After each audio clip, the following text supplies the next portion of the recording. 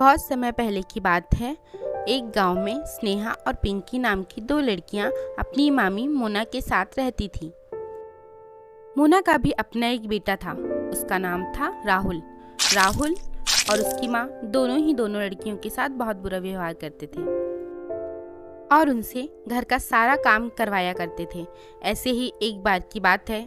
पिंकी कहाँ मर गई? मामी की आवाज सुन पिंकी भागी भागी आती है। हाँ जी मामी जी, क्या हुआ?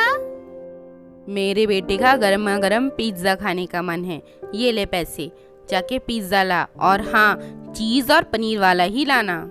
अब जल्दी जा। मामी जी, पिज्जा खाने का तो मेरा भी मन है, थोड़ा और पैसे दे दो मामी जी। तभी पिंकी की मामी उसे जोरदार थप्पड़ मारती है और धक्का देकर जमीन पर नीचे गिरा देती है। जब देखो तब मेरी बेटी की चीजों को देखकर लार टपकाती रहती है। जा जल्दी जा और पिज्जा लेकर आ। बुक्कड़ कहीं की काम काज करती रही है। रोते हुए बेचारी पिंकी वहां से चली जाती है। पिताजी ने अपनी खुशी के लिए माँ के मरने के बाद दूसरी शादी कर लिए। खुद तो वो मजे से शहर में रह रहे हैं और हमें ये मामी यहाँ मार मार के कचुम्बर बनाते रहती है। पिंकी यह सब बोलते बोलते सड़क पर अकेली चल रही थी। तभी पीछे से एक चोरनी आती है और उसका पर्स छीनकर भाग जाती है। थोड़ी देर तो पिंकी को समझ में नहीं आती क्या हुआ। चोर मेरे पैसे लेके भाग रही, कोई पकड़ो इसे, चोर। पिंकी उसके पीछे बहुत दूर तक भागी, लेकिन चोरनी वहां से गायब हो चुकी थी क्योंकि आसपास कोई भी नहीं था। अब क्या करूं मैं? अब मैं पिज्जा कैसे लेकर जाऊं? अगर मैं पिज्जा लेकर नहीं जाऊंगी तो मेरी मामी तो मुझे आज मार ही डालेंगी, और उधर अगर मैं उन्हें सच बताऊंगी तो वो मेरा भरोसा भी नहीं करेंगे। पिंकी पिज्जा की दुकान पर जाती है। अंकल जी, मुझे पनीर पिज्जा दे दीजिए। हाँ बेटा, जरूर, क्यों नहीं। लाओ, पहले पैसे तो दो। लेकिन अंकल जी, मेरे पास तो पैसे नहीं हैं। अरे बेटा, मैंने कोई यहाँ मुफ्त का भंडारा खोल रखा है जो तुम चली आई? चल निकल यहाँ से। जब देखो तब कहाँ से कोई भी चला आता है। पिंकी रोते रोते हुए अपने घर चली जाती है। क्यों रे कलमोही, इतना समय क्यों लगा तुझे यहाँ आने में? और पिज्जा कहाँ है? मामी, वो पिज्जा, वो। अरे क्या वो कहाँ है पिज्जा? जल्दी दे मुझे। क्या किया तूने? मामी, एक चोरनी मेरे पीछे आई थी, वो मेरे पूरे पैसे लेके भाग गई। मामी, मैं पिज्जा नहीं खरीद पाई। अरे माँ, ये झूठ बोल रही है। इसने मेरे पूरे पैसे खा गई और मेरे लिए पिज्जा नहीं लेके आई, झूठी कहीं की। दोनों ही माँ बेटे पिंकी को पीटने लगते हैं। आज पूरे दिन तुझे खाना नहीं मिलेगा। जा यहाँ से, जाके घर का काम कर, भुक्कड़ कहीं की। चल जा, निकल यहाँ से। फिर क्या, रोते रोते पिंकी अपने कमरे में आ जाती है। अरे पिंकी, तुम रो मत बहन, मुझे तुम पर पूरा भरोसा है। प्लीज चुप हो जाओ बहन। दीदी, हमें इन दोनों से कैसे छुटकारा मिलेगा? इन लोगों ने हमारी जिंदगी बेकार करके रख दी है। चिंता मत कर बहन, देखना सब कुछ बहुत ही जल्द ठीक हो जाएगा। फिर दोनों बहनें घर का सारा काम करने लग जाती हैं। थोड़ी देर बाद स्नेहा अपनी मामी जी के पास जाती है और कहती है, मामी जी, घर का सारा काम कर लिया हम दोनों ने। अब आप मुझे खाना दे दीजिए मामी जी, और मुझे पिंकी का भी खाना दे दीजिएगा। पिंकी बहुत छोटी है मामी जी, उससे गलती हो गई। आप प्लीज उसे माफ कर दीजिए, वो आइंदा से कभी ऐसी गलती नहीं करेगी।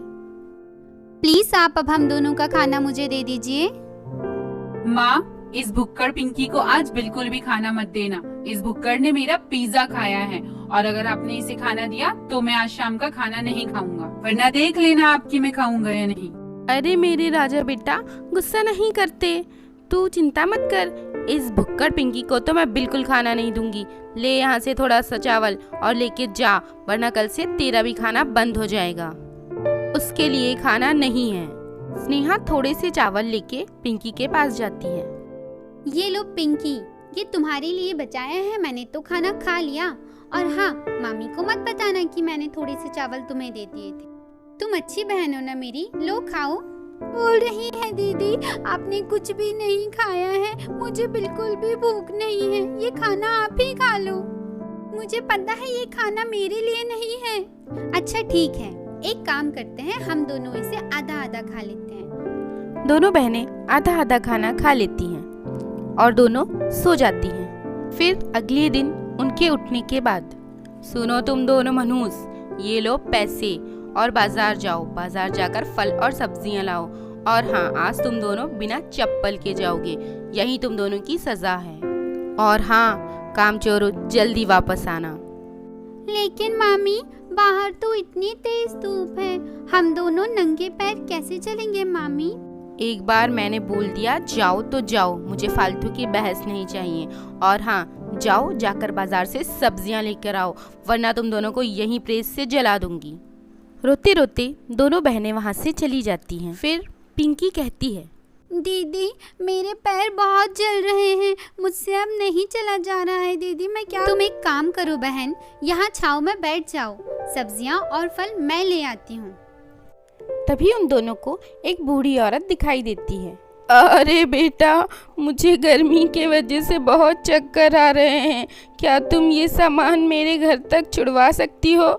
यहीं पास में ही मेरा घर है।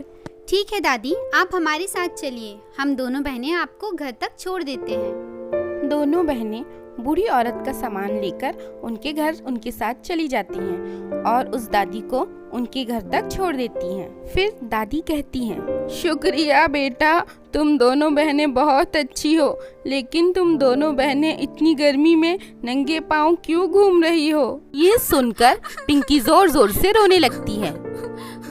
दादी, हमारे घर में हमारी मामी हमारे साथ रहती हैं और वो हम पर बहुत अत्याचार करती हैं दादी।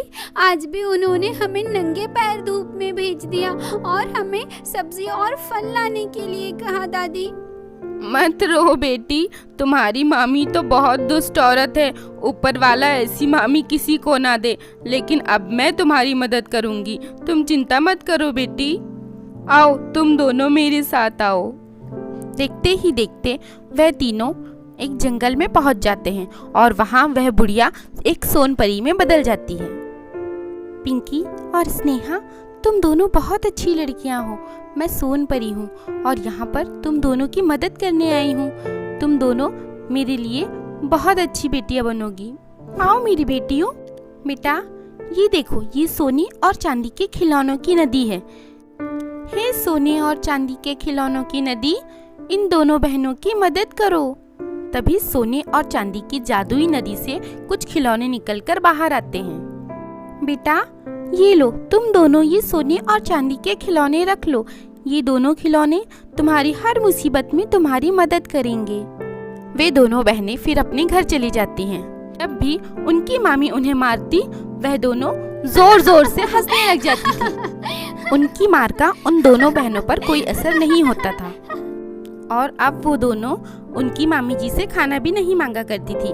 सोने और चांदी के खिलौनों की मदद से वह उसी से खाना मांग लिया करती थी और वहीं उस जादुई खिलौने की मदद से वह घर का सारा काम जल्दी से जल्दी खत्म कर लेती थी। माँ, तुम देख रही हो ना, ये दोनों बहनें आजकल कितनी खुश रहने लगी हैं।